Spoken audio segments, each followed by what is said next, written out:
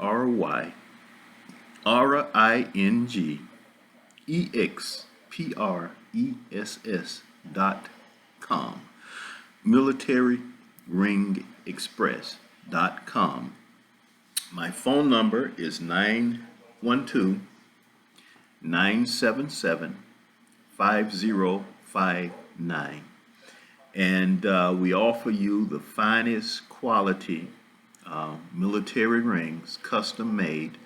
We don't charge you any money at all for the custom work that you get done on your rings. Some people will charge you extra for everything that they do, but we don't charge you any extra for any of the custom work that we do for you. All of that work is included in your order. It's included as part of that one price that we offer you, and we offer one price. And the price that we give, well, that's the price it is. Doesn't matter the size, doesn't matter how much custom work you get. And so I like to encourage people, when you want to get your ring produced, it's a good thing to call me. And what I can do for you is I can show you how to get the most out of your purchase. I can show you things to get you a lot of different customization that you might not know how to get, or you might not know how to put on there. So I can show you how to get a lot of extra work. And, but that works well for some people, and then some people, it doesn't really matter. Some people, they have in mind exactly what they want, and they're not really concerned about getting anything extra. They just want it a certain way. And that's well, and that's good. So whatever works for you works for me. And these rings come with a lifetime warranty. We also offer rings that are not custom. We do have a few off-the-shelf designs, but I believe that most military people, and I myself, I want something that can speak to what I experienced when I served the country. I want something that's going to show people the units that I was in, the conflicts, the wars that I fought in, the awards that I won in the military, or the schooling that I completed, such as airborne school. If you were a ranger, completed ranger school or special forces or any spec ops course, you can put that on your ring. MOS courses, rank, branch, all of that, man. We can do all that for you.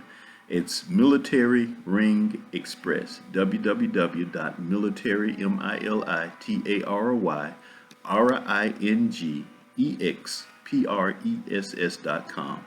I want to talk to you today. We've done the advertising, got to do that.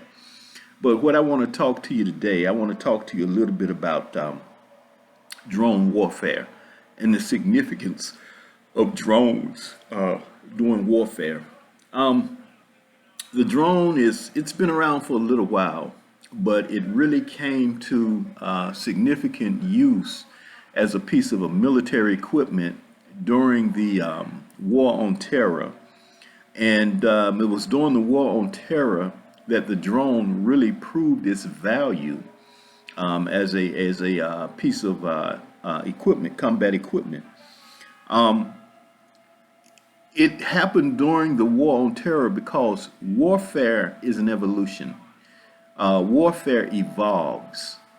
What worked in one war would not necessarily work in the next war because conditions are different. You're facing a different enemy. You're fighting in a different location. The land, the terrain is different. The climate may be different. So, and the people you're fighting, they're different, so the consequences, circumstances, the people, your allies, so all of these things cause changes, and you have to adapt. The successful military force is able to adapt to these changes and to overcome the obstacles or the problems that they cause, and to go ahead and win the war.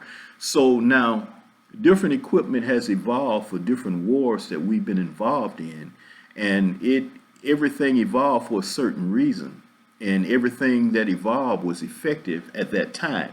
For example, during World War One, when there was the static trench warfare, excuse me, what happens? What happened in that war? You had armies dug down in trenches, and trench lines faced each other, and it was very difficult to make advances because whenever troops advanced, they just advanced against troops who were down in trenches, and you couldn't shoot down into the trenches, but they could shoot at you. And you had to overcome barbed wire obstacles, So during World War One, you saw the use of chemical weapons and the advent of mustard gas.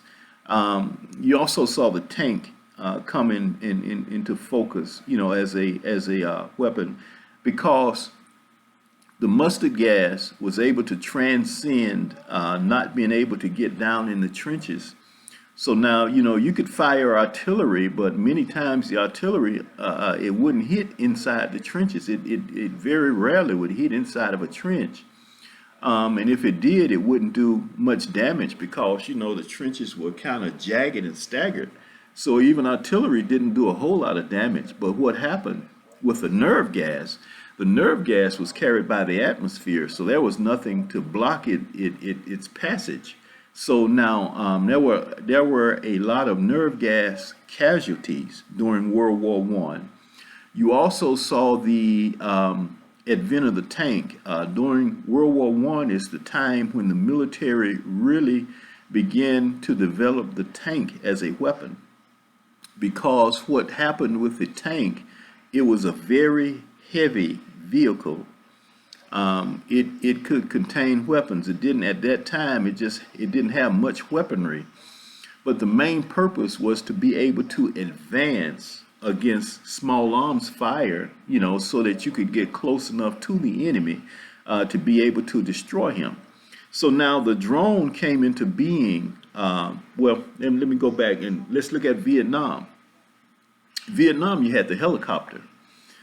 Because of the thick, dense jungle, the helicopter came into being as a very reliable piece of equipment, a very useful piece of equipment, because with the helicopter, you didn't need runways. And with that type warfare, it was a different type warfare. It wasn't a head-on, force-on-force conflict, but we fought an enemy who was constantly on the move. He would appear in one place and then disappear, and then he'd appear in another place. So with a helicopter, you could move troops rapidly to find him wherever he was. Vietnam was not about gaining and holding ground. So you didn't need a static line of ground forces to advance. It was a war of, it was a war fought with an Oriental mindset, and that mindset is not necessarily to overpower your enemy, but to outsmart him and to outmaneuver him and to be faster. So the helicopter helped because it could move troops very quickly to whatever point that you needed them to be at that particular minute or that particular time. And when that conflict was over, or you needed them somewhere else, you could very quickly, rapidly move them to the other place. The helicopters did not need runways. They could land in small clearings. They could bring in supplies. The main thing was whoever troops were needed, they could get them there quickly. So you got some punch with a helicopter. You were able to get some forces where you needed the forces.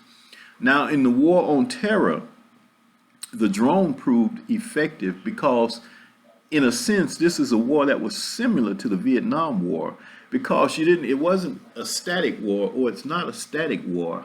There were no lines established, no concrete battle lines established, and you knew where the enemy was, and it was up to you to go rout him out. In the war on terror, you had to catch him when he appeared, and you had to eliminate him as he appeared, because he would appear he would do his damage and then he would disappear. And Vietnam was fought on that same line. So now what the drone did is it's an excellent intelligence gathering platform. The drone was used and is still used to gather intelligence.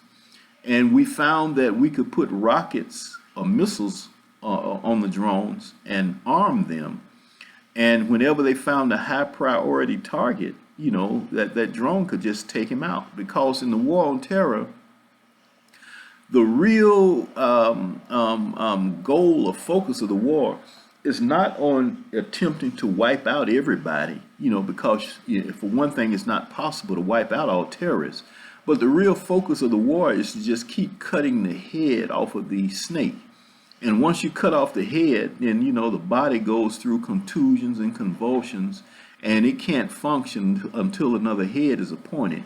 And so the purpose of the war on terror is just to keep cutting off the head of that snake and to paralyze him so that he can't do anything, because there's really not a whole lot that you can do in this type war. You can send in forces and they can blow up a lot of stuff. But what will happen is they will turn the civilian population against you, because the property that you're blowing up, it's going to be their property.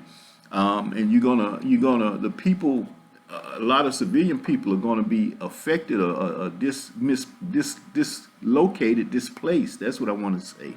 A lot of civilians are going to be displaced and they're not going to like it. So the drone was the best weapon for this war. The drone is proven effective, and it's also being used by a lot of government agencies such as the Border Patrol. And we will continue to see its use in the future. And as a matter of fact, I believe that we'll continue to see it used more and more in many different applications. Well, I hope you enjoyed it. That's going to be it for this video here. But I really enjoyed it, and I will see you next time. I'm looking forward to it. Bye-bye.